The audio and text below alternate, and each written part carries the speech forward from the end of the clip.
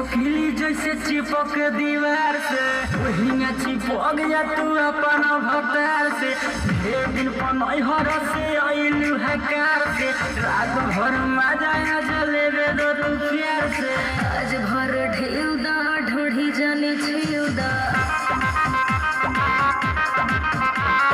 थकल बा मिजाज जानी हो वाला फिउ दा।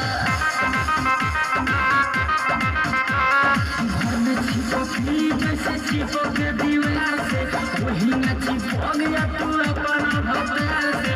ढेर दिन पनहर से अइलू है कार से रात भर मजा जलेबे दो तू प्यार से। आज भर ढेउ दा ढोढ़ी जाने छिउ दा थकल बा मिजाज जानी हो वाला फिउ दा।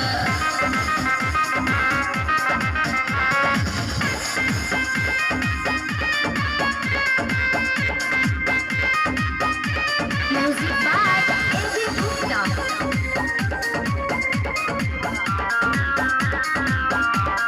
पोरे पोरे देह मोर टूटतावे हो मान जा बलम दम घुटतावे हो। पास बारा दास बैठे हो परती बा खेत जो दिही आजुजो। आज भर ढेउ दा ढोढ़ी जानी छिउ दा